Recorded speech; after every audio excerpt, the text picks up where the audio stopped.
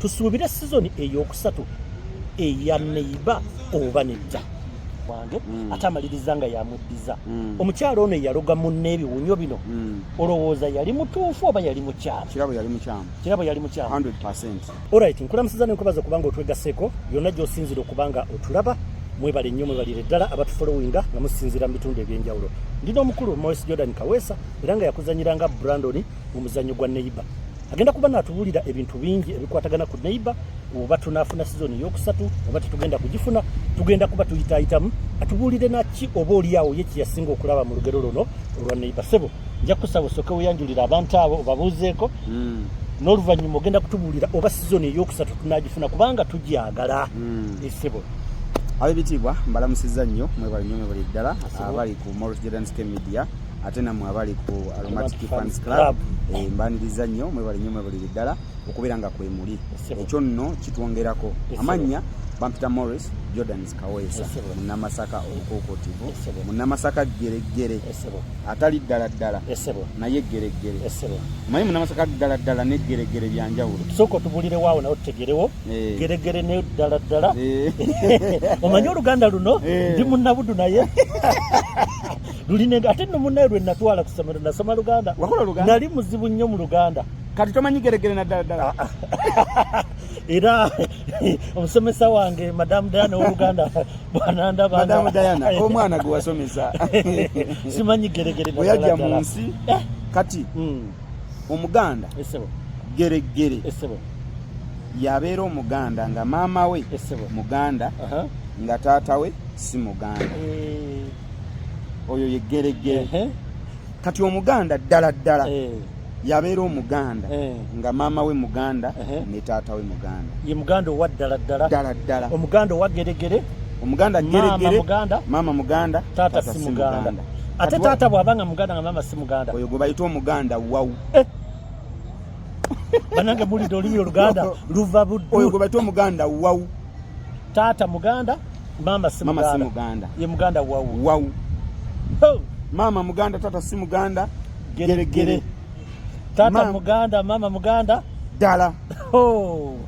Tumite emboozi mwana nyama okimanyi okuyiga tekugwayo ekintu ekyo bangi abadde tebakimanyi. Osobola okubanga omuntu abadde aliyo nga tamanyi kino bigambo byogedde ebisatu omuganda geregere omuganda wawu n'omuganda ddala ddala bwekiri. Kati nzibamita Morris Jordan Kaweesa munnamasaka munnabuddu ow'ekitiibwa Pokino ansomesa abantu. Omuganda ki? Muganda wawu omuganda ddala ddala n'omuganda kati gw'oli muganda ddala ddala. Nze ne muganda ddala ddala. Mama muganda taata muganda. Nze tombuuza ate gw'oli muganda ki? Nze atuge tombuuza nkugambye tombuuza ate nombuuza. Morris Jordan mwana wa ssebo omukulu Ntege tusanyusa okulaba olwaleero. Tugenda kuba tunuulira ebintu bingi.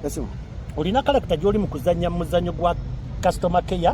niyo tujja gitunulako bwayo nga gwe omusajja okuba nti essaawa eno mwennyuka ali mu mbeera gyakola kijayitamu era tujja kufuna akanyomero ako otubulire ddala oba waliyo omusajja alinga Kyobe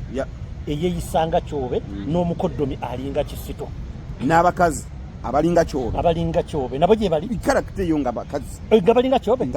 tujja kujja awo tugenda kujja nawo tugenda kutuuka tusookere eno mu neiba akojja kutuwaka episode kalala tusookere eno mu neiba. Morris Jordan Kaweesa tutunuulira ebyo ebyali mu neiba sizoni yasooka ne sizoni eyokubiri naye nga nkakasa bulungi sizoni eno eyokubiri etukutte nnyo mu babiro ebadde eyokya eyinza okuba esinza sizoni 1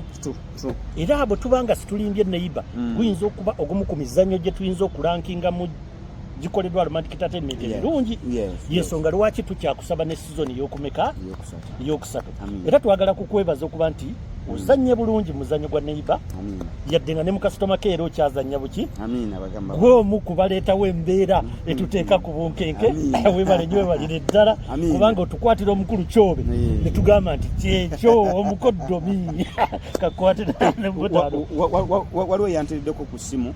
yantereddeko emitwalo 3.5 nga neebaza okuyoola Kyobe ne mukasuka mu kakomera nangamba ssebo Ntege emitwalo 3.5 gijjo lyamu enkoko webale kuyola kyobe kuyola kasajja akati kati njagala okatuge nkuwente esebo naye simanyi banasobola okatuge ente yizo kuleba kale katulinde tulabe tomanya ente eno gye bakusubiza yinzo tuyamba n'otukwatira akasajja ako n'okanyiga ne kaleka okusumbwa omwana tu kyobe anita omutuukirivu anita omutuukirivu kiki kyoyinza okwogera ku muzannyo gwa neighbor nga sinnaba kubuuza ebyekinyusi bye twagala okutegeera ebikwatagana ku muzannyo gwa neighbor kubanga ogenda kubeera no clarifying oba season eyokusatu tugifuna oba tetugifuna obeeko nebyo byotulaga oba oliawo naawe byotayinza kwerabira mu muzannyo guno ogwa neighbor kiki kyotugambayo ku muzannyo guno okusinziira nga gwe yabulimu muzannyo gwa neighbor ekyamazima kwali kuyiga ate n'okuyiga okwannamaddala kubanga twalinamu characters nyingi twalinamu character ya kirabo abakazi abo abawasa abavubuka abato n'omuwasa gwe n'olowooza wasiza property yo nti ogenda kutuntuza kyakuttale ate munaye abakazi bano ebiseera ebisinga omukazi bwemuwasa n'omuteeka ewaka kati n'obaako ebintu byoyagala akole n'atabikola ye ng'agamba omutulugunya gwenga omusajja ate ye bw'aba ye awasizza omuvubuka ono omuto ate ye amuteekako amateeka agasukkiridde ye n'atalaba nti atulugunya naye weebale nnyo ye n'atakiraba nti atulugunya naye ate ye alaba nti ye atulugunyizibwa era omukyala atulugunyizibwa mu bufo obwo bwennyini ddala waliyo abasajja nabo abatulugunyizibwa abakyala oba abakyala bokka batulugunyizibwa mu maka awo wennyini waliwo omwami yabadde ku tv okwo bamuyita Mustafa yasabye ekibiina n'agamba nti ayagala singa abafunye omukisa n'atwala ekiteeso ky'omupaalamenti ayagala baleetewo omusajja nga ye alwanirira ddembe ly'abasajja kubanga Shidi kankubuulira teri mukazi agenda kukuba Shidi teri mukazi agenda kuba musajja Shidi ogenda owabe ku poliisi nti omukazi ankubye tebajja kuwuliriza tebasobola naye tuba tulina ebibiina byannakyewa ebirwanirira eddembe ly'abasajja naye abakazi bwe balina ebyabwe ebibalwanirira kuba kati Brandon awo yali badde agenda nawe aba ku poliisi bananga omukazi ankuba bana omukazi antulugunya bwati ne bwati bali muwuliriza naye kati saawa zino Brandon temasobola muwuliriza kubanga bagamba Brandon ekyo kyonna ekiwago ky'olina ate ng'omukazi gw'otyo mumukuba kubanga bw'onoomukuba ku poliisi ekyokubiri okwongereza ku nsonga eyo si mukyala wasizza yekka nti yagenda okutulugunya omusajja n'omukazi guwakera ku makya n'omuteeka ewakaawo mu nnyumba yo ku ssente zo ku buli kimu kyo era naye akutulugunyiza mu makaago n'oba nga tolina weezimbira gy'oddukira kubanga wekubira omulanga kati kirabo n'ava mu season 1 ng'atulugunya najja ate mu season 2 nga Brandon yamaze okumuddukako ate kati ng'amunoonya ate mu kubeera ng'amunoonya gwe yatuma ajja abege ate naye neyeddiza ate Brandon awo wennyini Brandon abakazi obalabye Brandon ensonga eno ey'okuba nti oli yakeera ku makya neyeddiza bba wa mukwano gwe ye gwe yali ayagala ddala ekintu kino gwe nga omuzannyi eyakiri wakati okuba nti wamaliriza n'okkiriza n'oyagala Keiza bwe tudda mu mazima mu bulamu obwa bulijjo ono omukyala kirabo kye yakola ekyokuba nti yaddira munne n'amuloga okuwunya ddala yali mutuufu oba yali mukyamu okusinziira ku munne kye yamukola nti besiti wange abadde alina okunyamba okukomyawo omwami wange ate amaliriza nga yamuddiza omukyala ono yaloga munne ebiwunyo bino olowooza yali mutuufu oba yali mukyamu kirabo yali mukyamu 100% kweri yali mukyamu Keza yalabanga engeri kirabo gyatulugunyaamu Brandon kakati nga naye ne bw'oba muntu toyinza kukeera ku makya n'okwata mwana wa munno avudde mu kubonaabona ate omukwata oddemu mu persuading ate omuzze mu kubonyaabona oba ontegeera nti ne Keza naye kye yakola kyali kituufu ogamba nti omusajja ono mubutuufu teyeetaaga kutulugunyizibwa omusajja ono yeetaaga kwagalwa n'asalawo yamukole ki amwagale nga bw'ateekeddwa okwagala so si kutulugunyizibwa naye Brandon bwe tugaziyamuko ku nsonga eno tolaba nti omuntu okwagala bawa naye baali bayawukana mbadde nzija ku nsonga yakuba nti omuntu okwagala bawa mukwano gwe kiba kibi naye baali bayawukana yamukwatira n'engoye n'amwambula ne ku kkubo n'amugamba genda ate kati oba okomawo nnoonya ng'onjagaza ki awo mba nkutegeera agenze baali bayawukana naye singa babadde bakyali bombi si kirungi ne kati baali bakita nga bakivaako era ne Keza mission yo okujja wa Brandon teyali yakwagala Brandon yali yakuzza Brandon ewa kirabo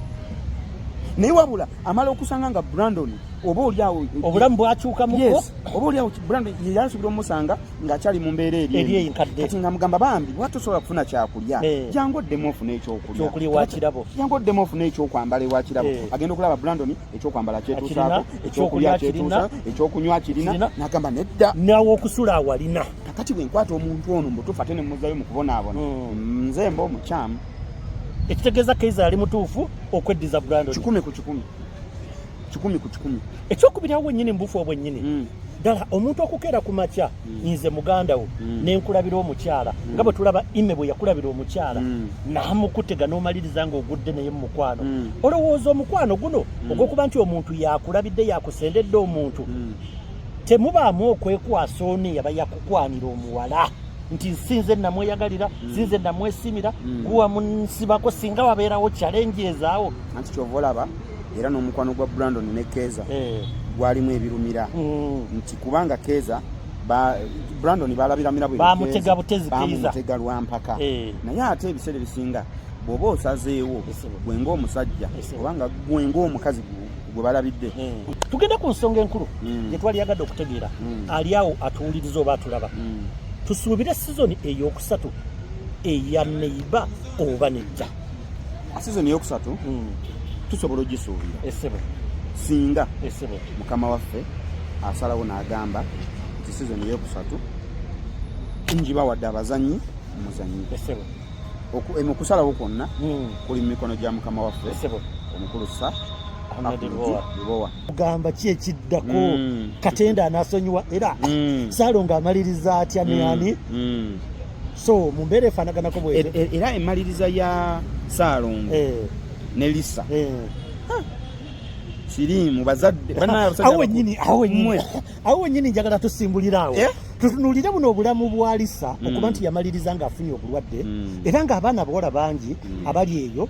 naddala ku mulembe guno abaasalawo ne bakwata obulamu bwabwe ne babuwaayo eri ba sugar daddy olw'okwagala okuwanyisaamu ki ssente ensonga eno nkulu nsooka okubeetondera asooke neetondera abantu bano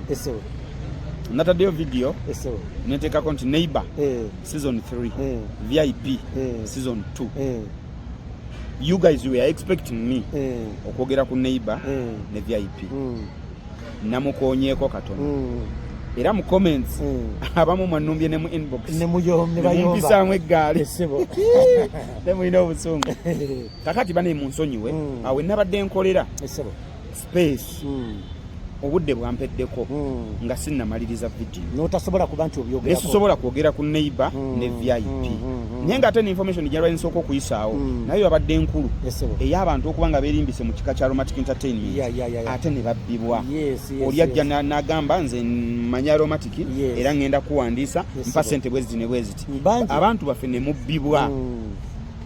bannange saakikoze mu bugenderevu ne mu nsonyiwe kuba nali njagala nsooka empiseewo information eyo ndyoke njogere ku Neighbour ne VIP so naye ne sikiyisaawo naye kye mwankoze sirikiddira naye nga bane twongere shidi okugamba abantu bano bane mwewala abafere bangi era abaana bangi abajja mu inbox yange nanga bambuuza ensonga ze zimu ngezaako kubagamba Romantic tesaba ssente muntu yenna ate kati tetuyingiza era omuntu yenna ajja nakugamba nti nompa ssente ngenda kuyingiza mu Aromatic mu kiseera bana nga bali ku Aromatic Fans Club abali ku Morris Jordan Scheme Media bana mbegayiridde temuwaayo ssente zammwe nga information ogiwulidde ku source eza Aromatic Entertainment era tuba tujja kujja tukole video era tubagamba era bulijjo tubagamba nti kati nzigi nzigule bw'oba wulya tetunaba kugamba manya tewali kikola ki kati waggale abantu bakozesa omukisa ogwo omwaka guno olw'okuba tebalanze audition ne batandika okuba nti babba abaana mubere bwegendereza nnyo mu nsonga mu nsonyi banayifu the video neetonze bakusonye edda mu nsonyi bakusonye edda abo bantu bo kakati tutunuulire eno buno obulamu obw'okuba nti bannyinaze basazeewo baddire obulamu bwabwe babuvungiseemu ssente ono omwana muwala Lisa yakwata obulamu bwe n'abukwasa Saalongo omusajja omukulu olw'ebyenfuna njagala yogereko n'abaana abawala abo nkakasa bulungi bakulaba era bakugoberera obeeko n'amagezi g'obawa ku nsonga eyo nsonga y'abasajja abakulu esebo kakati ekisookera ddala abaana ab'obuwala bannyinafu mbegayirira era nga mbasaba omulembe guno mwekolerera mubaamu n'akasente kituufu. Omulembe guno tetukyakozesa nnyo maanyi nti omuntu olina kuba mataffaali okusobola okufuna ssente. Tukozesa nnyo obwongo. Ate ekikoze bulungi nti mwe abawala mmwe bennyini mulina opportunities nnyingi ez'okugenda ebweru eyo okukola nga bahouse manager ez'okufuna ssente okusinga naffe abalenzi kubanga shidi bw'oba olina CV yo ng'ezitowa nange ndi muwala CV ezitowa netuyingira mu ofiisi wali trust me ey'omuwala bajja gitunulamu okusinga eyange kuba yayina ne CV etalabika ngeri visible yababagaba emirimu babaako ne bye expecting okuva mu ki kyolina okukola weekuume ng'olabika bulungi kati weekuume banaye mbasaba abasajja tebababuzaabuza ne ssente mwalaba Saalongo yabuzaabuza Lisa okukakana musize siriire Saalongo naye n'atanyuhira abasajja abakulu abo obutatuula obuteetuuza babeera mu magoba ga myaka baba tebafaayo. Basajja mwe nammwe abakulu nammwe mwebuulirire muve mu nsonga ezo muve mu nsonga z'obwana obuto simanya akaana kanzizaamu omusaayi naawe bajja kusanga akako nedala kituufu kazeemu omusajja omusaayi nga situddala kuyongerayo okwongerezaako ku nsonga eyo njagala okugamba abantu bano nti gwe bw'otawa bulamu bwo ekitiibwa waliwo ekirwadde kyogenda okufuna kyogenda okuwa ekitiibwa obulamu bwo ekitawona. Omubiri gwe bw'otaguwa kitiibwa ogenda kuwa obulwadde oba ekirwadde kyogenda kukiwa ekitiibwa kubanga ojja kubanga buli lunaku okiwa saavisi okusobola okubeerawo. Kakati gwe bw'otakkirize n'ogamba nti obulamu buno bwange nze mbuvunaanyizibwako nze nnyina okubukuuma mukwano waliwo ekijja okujja mu bulamu bwo wejjusa. Ekyokubiri omuntu yadde tolina ssente ng'oli mulamu weeyagala nnyo okusinga alina ssente nga mulwadde nti buli kumakya okukeera n'omira ekkerenda kintu kinene nnyo.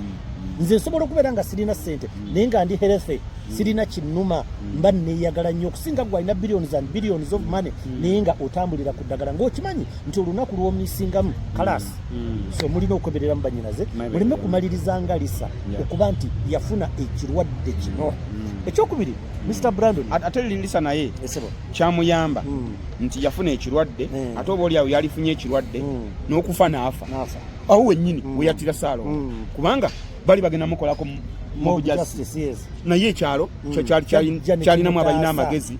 ne bamutaasa. Nedala kino ekintu Lisa kyeyakola ekyokutta Saalongo okusaawa esembayo kale obusungu buno tebufugika era omuntu ebiseera ebisinga asobola okukola ekintu mu busungu ne mumunenya naye tenoddamu katono emabega n'ogamba obusungu bwamuwaliriza. Lisa kyeyakola kyekyali kigwanidde ekyokusalira Saalongo omusango bw'atyo okumutta oba bungi bwa Uganda yaffe omuntu yenna bw'akola omusango tumukwase poliisi yebeemulamula amateeka gyegali gajja kulamula totwalira amateeka mu ngalo totwalira amateeka mu ngalo basebo ne bannyabo. Brandon awo wennyini nze nkuyita Brandon kubanga tuli mu kutunuulira neighbor bwe yatambula bingi bwe tujja okutunuulira mu muzannyo guno gwa neighbor. Tulina amaka ga Nsamba ge twatunuulira kyamala ne kituukawo ewuwo. Nsamba yabeeranga awunya Semawunyo n'ebiwunyo bye. Then oluvannyuma kyatuuka ewuwo ne tulaba Keiza naye ng'atandise n'akyuma Keiza. Abantu abasinga batera okukola abantu ebintu bino nga babadde nabo mu mukwano oba oluusi nga babakyaye nga tebo babadde babaagala oba oluusi nga babaliridde ssente zaabwe. Abawala bwe balya ssente z'abasajja batera okubaloga oba oluusi abasajja bwe bayisa obubi abakazi nabo batera okukola ki okubaloga. Ddala ekintu kino igwe okyogerako ki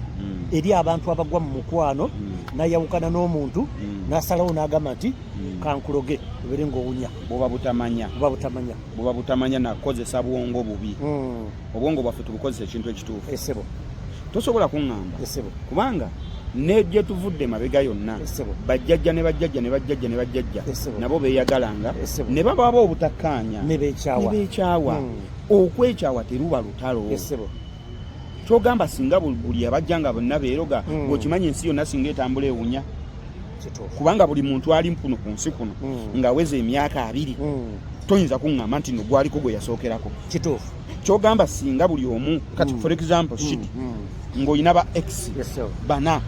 okimanyi singa olina ebiwunyo 4 nga nina ba X 5 oba 10 kyogamba nange nina ebiwunyo 10 wano ku Holy Farm twali tuddewo kimanyi twalizeemu mu mulembe gwa covid tutambula na masiki ku mumwa ekitegeeza bano abantu abakola ekintu kino ekyokuloga bannaabwe bakikozesa butamanya omuntu bw'aba akukyaye kati tuddeko ate ku bannyinaffe abaggulidde omuze gw'okuba nti bo bagamba bagezi nnyo basimbula ssente mu basajja bo beeyita bagezi bannyinaffe bano bo magezi kigobawa kubanga waliyo abasajja abatakkiriza kubalira ssente zaabwe nga bw'onoozirya togenda kugenderawo amazima gennyini ng'ajja kukola ekintu baako obubaka buwa bannyinaffe bano nga tetunabakusimbula baleme kubanga bamala galya ssente z'abasajja nkizaayo ku kiri essebo nti kwekolerera essebo nti mulina opportunities nnyingi ezifuna ssente mulina opportunities nnyingi ezifuna ssente mwekolerere omuntu buli lw'obeera ng'oli desperate ng'onookera ku makya nga tomanyi ng'ogenda kujja mitwalo 10 ekikuli mu maaso kyosimbula nakyo twetegekere tukole bannyinaffe abamu mmwe temwagala kukola n'obeera mu muzigo nga gwe olina okwetisa gwe olina okwenyisa gwe olina okukola ki kati gwe nolowooza mu musajja omukulu omusajja omukulu oli gw'olowoolezaamu naye bw'akuwa emitwalo gy'etaano oba 10 asuubira pinku kakati ate gwe n'oba nga pinku omumumye tomumuwadde kati gw'osuubira ki okukuloga biri ebyowulira gw'omanyi gye yajja etaano gye okugikuwa gye yajja etaano buli lwalowooza nga yasitudde ensawo y'amanda n'emumenye ku mutwe n'akuwa etaano gye omuwe pinku n'otamumuwa tayinza butakuloga tegeeza balekerawo okumala galya ssente z'abantu kati bagenda zisasulira lya ssente z'omanyi nti ndidde ssente za Morris mwagala ne bwe ntambula naye mu kkubo tanswaza omanyi abo balya ssente nga baagala omukwano gukomeeyo mu kwekweka nti ayingidde balogi nti ayingidde n'oli ayite eno nga ate bafuluma bonna oli ayite eno n'alite eno tesinkana eri oba gwe olinye boda nange nvuga emmotoka yange ngende musinkane tolya ssente ezo kubanga nze gwoziryako nze nja kwagala okulaga bakyali bange nti nina akamaali akapya kakati ate gwe akamaali toyagala ate gwe kwemulisa yakuloga ekinanansi ojja kumuloga ekinanansi ndowooza tetugenda kusukkawo wano mpozi ng'olinayo akatalekeka kyakagamba abantu abo naye nga omukulu ababuulidde nti neiba sizoni eyokusatu tugirina okuleka nga mukama waffe asiimye n'agamba nti atuwa sizoni eyokusatu bo nga ttiimu beetegefu okuba nga bakola ki ate tujja kiteekako garanti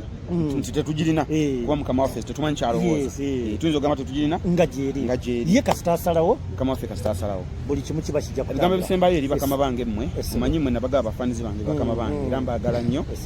obugambo busembayo mwebale nnyo mwebalire ddala okulaba firimu za Romantic Entertainment era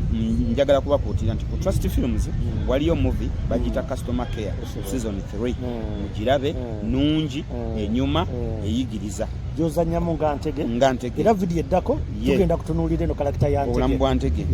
then ne ku LM movies waliyo firimu bagiyita Lucky Zare firimu nungi eyigiriza mmwe abayina ebbuba ery'ekisimu baluteza twafunyeyo baluteza mu muzannyo ogwo twafunyeyo balutaza kaddu ne kaddu alikoki aliko muzimu alikoki ne kaddu alikoki omusajja abo be basajja emegete kijiŋŋoŋŋula kaddu weefudde balutaza buli lwazijukira oyo omusajja ali mu kumakingira ddala balutaza oyo bye yali akola namwewunyiza ekyano yakiteteekanyiza n'amaliriza ng'akikubye mu kaloogi ng'akikubye ekigwo kale naye nga byebyo thank you so much guys okubeera nga muwachinga ndowooza olaba movies za Romantic Entertainment olwogiraba obeera onyumirwa obeera oyiga buli kaseera thank you so much we love you bampita Morris Jordan Kaweesa abantu be Saudi mbagala nnyo mu Saudi Arabia mwenna njabatolera salamu mu Arab countries assalamu alaikum wa rahmatullahi wa barakatuh assalamu wa rahmatullahi wa barakatuh abantu be mu diaspora Jordani si Jordani London, America, Netherlands. Sebo ne Jordan diaspora. Ne Jordan neda sebo. Mumuwulira. Jordan si diaspora. Abali Jordan mumuwulira. Kale diaspora. Max omuwulira. Max omuwulira sebo. Nyabo ali mugamba